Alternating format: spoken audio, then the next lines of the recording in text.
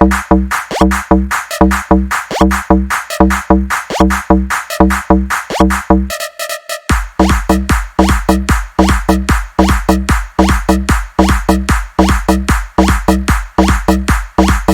Net PGD economics assistant professor की तैयारी कर रहे हैं तो आपके लिए हमने महा टीचिंग कोर्स डेवलप किया हुआ है। इस कोर्स में अब हम आपको समझाने वाले हैं बैंकिंग रिफॉर्म्स के बारे में। तो दोस्तों, अगर आप ये वीडियो एप्लीकेशन के माध्यम से देख रहे हो तो जितने भी बैंकिंग रिफॉर्म्स अभी तक हुए हैं उसके बारे में हम डिस्कस करेंगे। और अगर आप एप्लीकेशन के यूट्यूब के माध्यम से ये वीडियो देख रहे हो तो हम आपको करवा रहे हैं नरसिम्हन कमेटी सेकंड ने जो बैंकिंग रिफॉर्म रिकमेंड किए उसके बारे में। तो चलिए स्टार्ट करते हैं आज की वीडियो को। दोस्तों, इससे पिछले वाली वीडियो में हमने आपको नरसिम्हन कमेटी के बारे में बताया था, तो वो उनकी पहली रिपोर्ट थी और इस वीडियो में हम आपको दूसरी रिपोर्ट के बारे में बात करते हैं। हालांकि बहुत सारे आलोचकों का ये भी मत है कि नरसिम्हन समिति की दूसरी रिपोर्ट है वो पहली रिपोर्ट के ही बारे में विस्तार से बताती है, लेकिन कोई खास उन्होंने सुझाव नहीं दिए, लेकिन काफ़ी इंपॉर्टेंट है, इसलिए हम इस वीडियो के माध्यम से आपको नरसिम्हन कमेटी के सुझावों को विस्तार से बता रहे हैं। तो पहला जो सुझाव दिया था वो था सशक्त बैंकिंग प्रणाली की आवश्यकता। यानी कि उन्होंने पहला जो सुझाव दिया है वो मैं आपको यहां पे लिख देता हूं पॉइंट वाइज। नंबर 1, सशक्त बैंकिंग प्रणाली की आवश्यकता।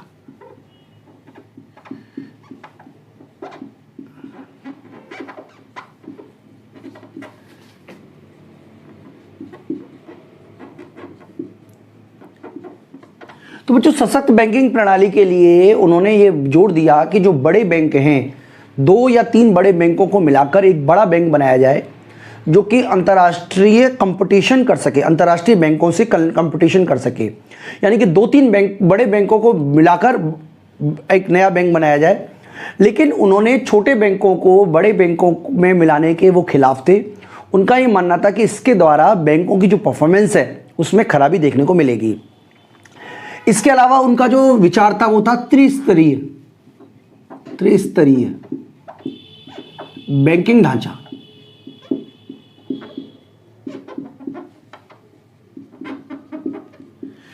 त्रिस्तरीय बैंकिंग ढांचे में उनका मानना था कि 2-3 बड़े बैंक हों जो अंतर्राष्ट्रीय लेवल पे काम करें, 8 से 10 बड़े राष्ट्रीय बैंक हों। इसके अलावा ढेर सारे स्थानीय बैंक होने चाहिए जो कि ग्रामीण इलाकों में जो ग्रामीण किसानों की, उद्योगपतियों की, उद्योगपति नहीं, जो बिजनेसमैन होते हैं, जो छोटे व्यापारी हैं, उनकी लघु उद्योगों की आवश्यकताओं की पूर्ति कर सके। तो 3 स्तरीय बैंकों की उन्होंने बात की। 2-3 बड़े बैंक जो अंतर्राष्ट्रीय स्तर के हों, 8-10 राष्ट्रीय स्तर के बैंक और बहुत सारे छोटे बैंक। इसके अलावा बच्चों संकीर्ण बैंकिंग, नैरो बैंकिंग। देखिए, जो बैंक है उसका जो काम होता है वो होता है लोन देना, लेकिन बहुत सारी बैंकों में एनपीए की बहुत बड़ी समस्या देखने को मिली, बहुत बड़ी मात्रा में एनपीए था। तो इन्होंने सुझाव दिया नैरो बैंकिंग का। इसका मतलब है कि अब वो उधार ना देकर जो बची हुई संपत्ति है बैंक वो खरीदें सरकारी बॉन्ड, जहां पर रिटर्न हालांकि कम है लेकिन एनपीए होने के चांसेस भी काफी कम है। यानी कि सरकार को अपनी जो बैंक है उनको अपनी राशि को सरकारी अल्पकालीन बॉन्ड में लगाना चाहिए ताकि एनपीए की जो समस्या दूर हो सके। इसके बावजूद भी अगर बैंकों में एनपीए की समस्या बनी रहती है तो ऐसी बैंकों को समाप्त करना ही एक आखिरी विकल्प है, ऐसा उन्होंने सुझाव दिया। इसके अलावा बच्चों, चौथा जो पॉइंट हम समझ रहे हैं वो है हमारा पूंजी पर्याप्तता अनुपात।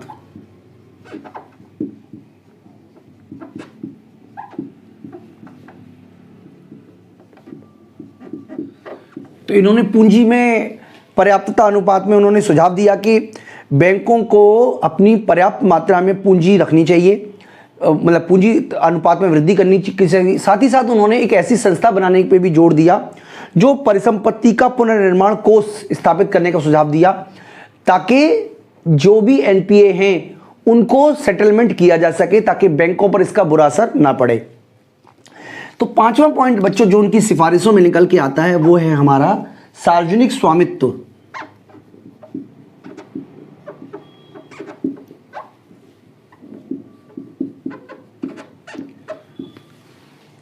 एवं वास्तविक स्वायत्तता।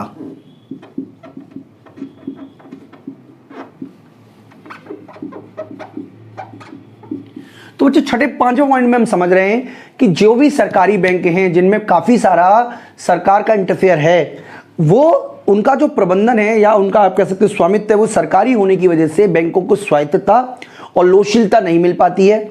इसीलिए उन्होंने सुझाव दिया कि जो बैंकों में बोर्ड हैं उनकी एक बार दोबारा से समीक्षा की जाए। साथ ही साथ आरबीआई का जो वित्तीय पर्यवेक्षक बोर्ड है उसके लिए स्वायत्तता की बात की गई। आरबीआई के जो विनियामक है और पर्यवेक्षक के जो कार्य हैं उनको अलग अलग करने की बात की आवश्यकता को इस पूरी की पूरी समिति ने सुझाव दिया कि उनको अलग अलग किया जाए। इसके अलावा बच्चों जो नियमन कानून है, जो नियम है कानून है, इसके अलावा उनकी समीक्षा की जाए। यानी कि जो बैंकिंग अधिनियम में जो कानून है जिसकी वजह से बैंकिंग क्षेत्र विकसित नहीं कर पा रहा है उसकी समीक्षा की जाए, और जो जो कानूनी अड़चने हैं बैंकिंग क्षेत्र में, बैंकिंग क्षेत्र के विकास में, उनको दूर किया जाए। यानी कि बैंकिंग जो भी कानून है वो बैंकिंग क्षेत्र के अनुरूप बनाए जाए ताकि बैंकें अपना विकास कर सकें।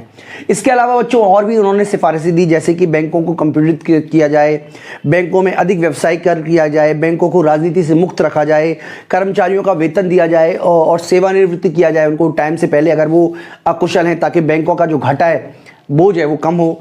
इसके अलावा सेवानिवृत्ति स्वैच्छिक सेवानिवृत्ति वॉलंटरी रिटायरमेंट की जो स्कीम है वो लॉन्च की जाए ताकि जो भी एम्प्लॉयज़ हैं उनका कम से कम बोझ जो है वो बैंकों पे पड़े। तो ये सारे के सारे सुझाव दिए बच्चों। मैं उम्मीद करता हूँ आपको समझ में आ गया होगा। बैंकिंग रिफॉर्म से जुड़ी हुई और भी वीडियो हम इस वीडियो कोर्स में जोड़ेंगे आगे फर्दर, लेकिन फिलहाल हम इतना ही करा रहे हैं आप बच्चों को, क्योंकि देखिए लगातार बैंकिंग रिफॉर्म तो होते ही रहेंगे। इस वीडियो में इतना ही दोस्तों, थैंक यू।